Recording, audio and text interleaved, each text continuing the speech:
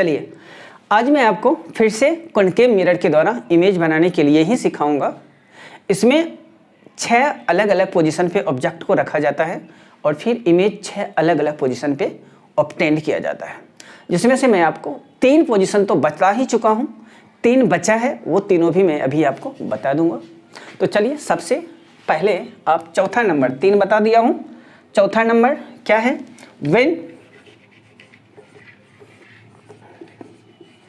when object is placed between center of curvature and focus। Centre of curvature और focus के बीच object को रखेंगे तो इमेज कहाँ बनेगी उसको हम देखते हैं। तो देखिएगा यहाँ पे मिरर लिया, कॉनकेव मिरर है, ये पोल है और ये प्रिंसिपल एक्सिस है, ठीक है। ये फोकस ले लिया और ये सेंटर ऑफ कर्वेचर। ऑब्जेक्ट को कहाँ रखा गया है? Centre of curvature and focus के बीच, तो मैं यहाँ पे रख दिया ऑब्जेक्ट को, ठीक। अब आप रूल्स ऑफ इमेज फॉर्मेशन तो जानते ही हैं। पहला रूल क्या है? When a ray of light coming parallel to the principal axis after reflection it pass through the focus. तो ये रे यहाँ से ले जाएंगे जो प्रिंसिपल एक्सिस के पैरेलल है। रिफ्लेक्शन के बाद ये रे कहाँ से पास करेगी? फोकस से, तो फोकस से ये रे पास कर गए, ठीक है। और दूसरा रूल क्या कहता है? When a ray of light passing through the focus then it becomes parallel to the principal axis after reflection. यदि कोई रे फोकस से होकर पास कर रही है तो रिफ्लेक्शन के बाद ये प्रिंसिपल एक्सिस के पैरेलल हो जाएंगे। तो मैं एक रे और लिया जो फोकस से होकर आई और रिफ्लेक्शन के बाद ये क्या हो जाएगा? Becomes parallel to the principal axis, है ना। तो यहाँ से जो है यहाँ पे आके मीट कर गए, ठीक है। तो इमेज बन जाएगी। इसको मैं थोड़ा यहाँ पे ले लेता हूँ। ये इमेज देखिए यहाँ पे आके बन गए, है ना। इमेज यहाँ पे आके बन गए। अगर मैं यहाँ पे ए ले, यहाँ पे बी लूँ तो ये क्या हो जाएगा? ए डैश और ये हो जाएगा हाँ, ये ए डैश और ये बी डैश, ठीक है। क्या मैं बोला? ऑब्जेक्ट को लिया जो सेंटर ऑफ कर्वेचर और फोकस के बीच रखा, यहाँ से एक रे लाई, रिफ्लेक्शन के बाद ये फोकस से होकर पास कर गई क्योंकि ये प्रिंसिपल एक्सिस के पैरेलल आई, तो रिफ्लेक्शन के बाद वो फोकस से ही पास करेगी। दूसरी रे लाया जो फोकस से होकर आ रही है, तो रिफ्लेक्शन के बाद ये प्रिंसिपल एक्सिस के पैरेलल हो गई और यहाँ पे आके मीट कर गए। तो ये जो है इमेज बन के तैयार है, क्योंकि आप जानते हो जब 2 रेज आपस में मीट करती है तो इमेज बनती है। यहाँ पे 2 रेज आपस में मीट हो रही है तो इमेज बन गई, ठीक। अब यहाँ पे जो है आपको हम बताएंगे पोजीशन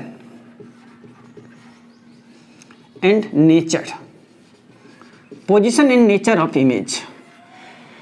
हाँ, जब ऑब्जेक्ट को सेंटर ऑफ कर्वेचर और फोकस के बीच रखा जाता है तो इमेज कहाँ बनती है?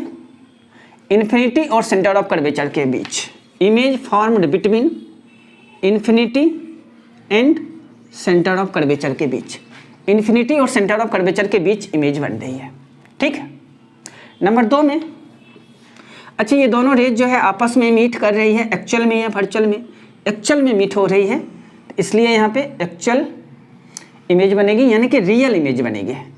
जब 2 रेज आपस में एक्चुअल में मीट करती है तो रियल इमेज बनती है, जब वर्चुअली मीट करती है तो वर्चुअल इमेज बनती है। तो यहाँ पे रियल एंड इन्वर्टेड, आप जानते हो ना, जो रियल इमेज होती है वो इन्वर्टेड भी होती है।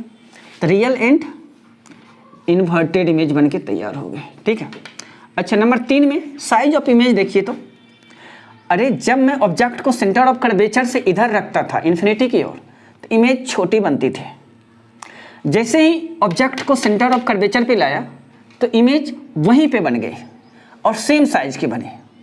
अब ऑब्जेक्ट को जैसे ही सेंटर ऑफ कर्वेचर से इधर लाएंगे, इमेज सेंटर ऑफ कर्वेचर से इधर शिफ्ट होगी और साइज ऑफ इमेज भी बढ़ती जाएगी, है ना। सेंटर ऑफ कर्वेचर पे जो ऑब्जेक्ट रहता है तो इमेज सेम साइज की बनती है। उसके बाद जैसे जैसे आप इमेज को इधर, यानी ऑब्जेक्ट को सेंटर ऑफ कर्वेचर से इधर शिफ्ट करोगे तो इमेज इधर शिफ्ट होगी और साइज ऑफ इमेज भी बढ़ती जाएगी। तो यहाँ पे मैग्नीफाइड इमेज बन रही है। कैसी इमेज बनी? मैग्नीफाइड इमेज बनी है। नंबर 4 में देखिए, ये जो इमेज बनी है कहाँ पे बनी है, मिरर के आगे या पीछे? मिरर के आगे बनी है ना, मिरर के आगे बनी है। तो इन front of the mirror, in front of the mirror, यानी कि मिरर के आगे इमेज बने। ठीक, तो यहाँ से ये चीज़ें आगे। क्या मैं बोला? When object is placed between center of curvature and focus, then image will formed between infinity and center of curvature. Number 2 में एक्चुअल में मीट हो रही है तो रियल बनेगी, और रियल इमेज हमेशा इन्वर्टेड होती है तो रियल एंड इन्वर्टेड बनी। नंबर 3 में इमेज मैग्नीफाइड हो रही है, इमेज कैसी बनी? मैग्नीफाइड बनी, है ना। नंबर 4 में इन फ्रंट ऑफ द मिरर बनी। चलिए ठीक है, तो यहाँ से ये चीज़ें आ गई। When object is placed at focus, जब ऑब्जेक्ट को फोकस पे रखेंगे तो इमेज किस तरह की बनेगी? देखिए इसको, ये कॉनकेव मिरर है, ये पोल है और ये प्रिंसिपल एक्सिस है। मैं क्या किया, ये एक फोकस लिया और ये सेंटर ऑफ कर्वेचर, और इमेज को बनाने के लिए ऑब्जेक्ट को कहाँ रखेंगे हम? फोकस पे। अब फोकस से एक रे यहाँ से, मतलब ऑब्जेक्ट ए है, ये बी है, बी से एक रे आएगी जो प्रिंसिपल एक्सिस के पैरेलल है। अब ये पैरेलल रेज है तो कहाँ से पास करेगी? फोकस से। तो ये फोकस से होके पास कर गए, है ना, ये फोकस से होके पास कर गई। ठीक है, अब एक रे से तो इमेज बनने वाली नहीं है, एक रे और लेंगे। तो एक रे कहाँ से लेंगे हम? एक रे सेंटर ऑफ कर्वेचर से पास कराते हैं। ठीक है, देखिए ये सेंटर ऑफ कर्वेचर से पास कराया और यहाँ से ये रे ऐसे करके आ गए। ठीक है, ये रे आ गए।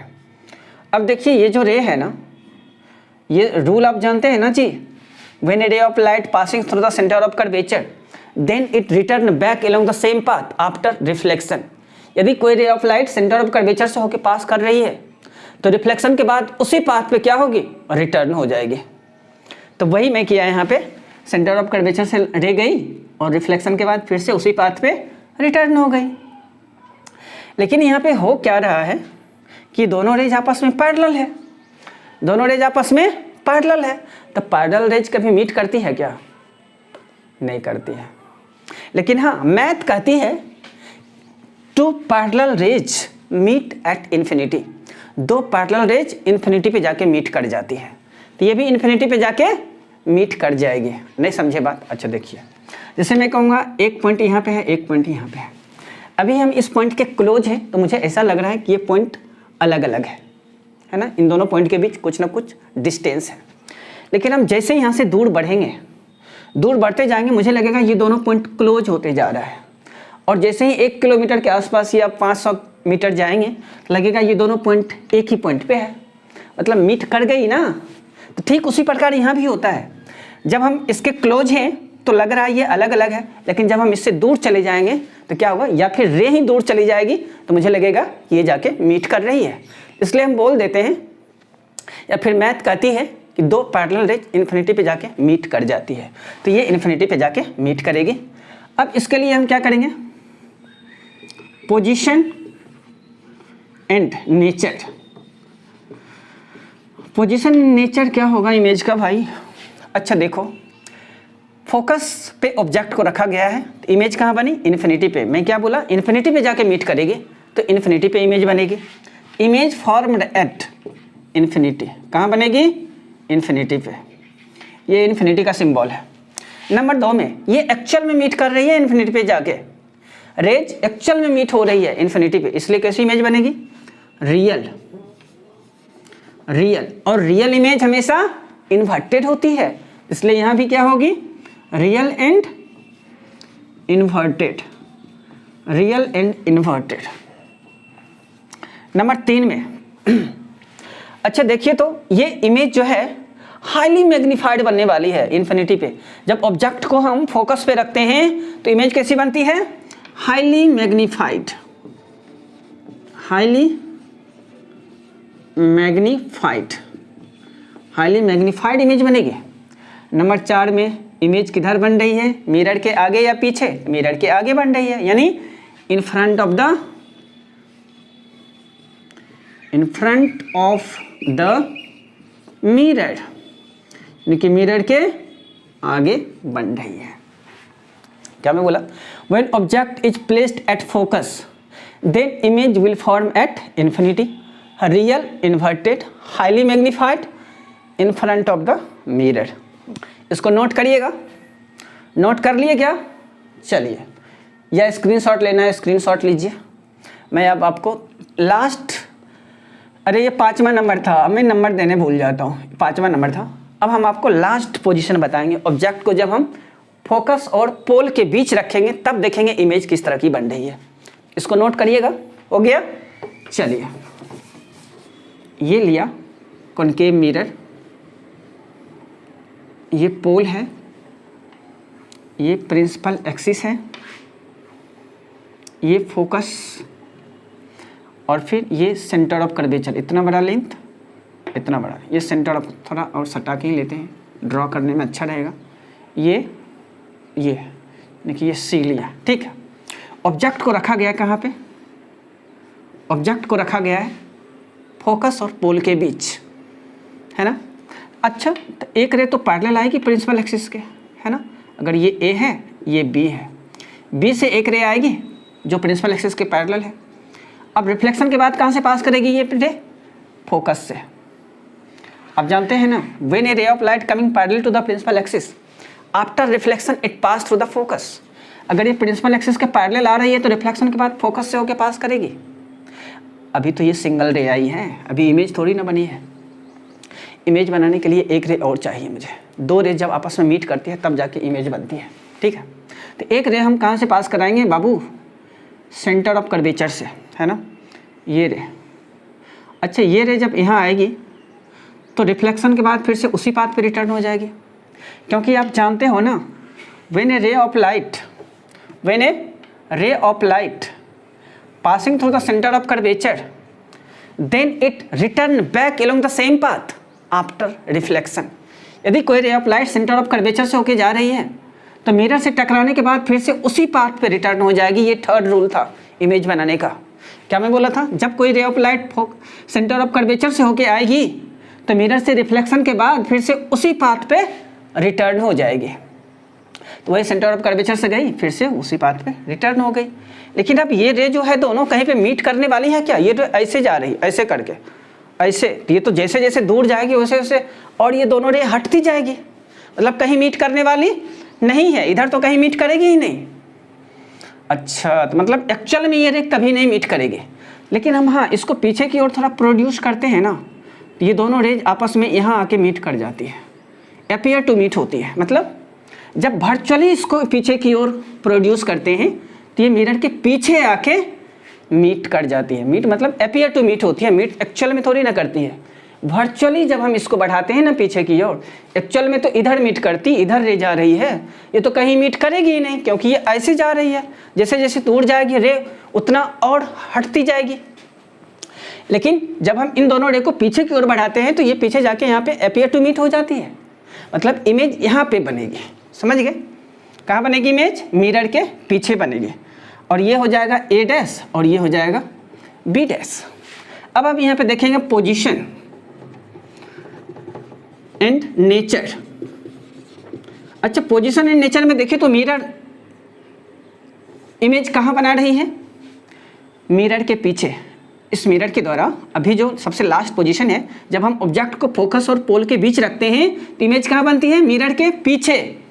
तो behind the mirror, behind the mirror when object is placed between focus and pole then image is formed behind the mirror. Number 2 में रे यहाँ पे एक्चुअल में मीट हो रही है या वर्चुअल में?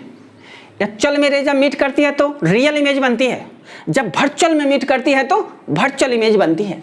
यहाँ पे वर्चुअली मीट हो रही है रे, अपीयर टू मीट हो रही है, एक्चुअल में मीट नहीं कर रही है, इसलिए कैसी इमेज बनेगी? वर्चुअल इमेज बनेगी,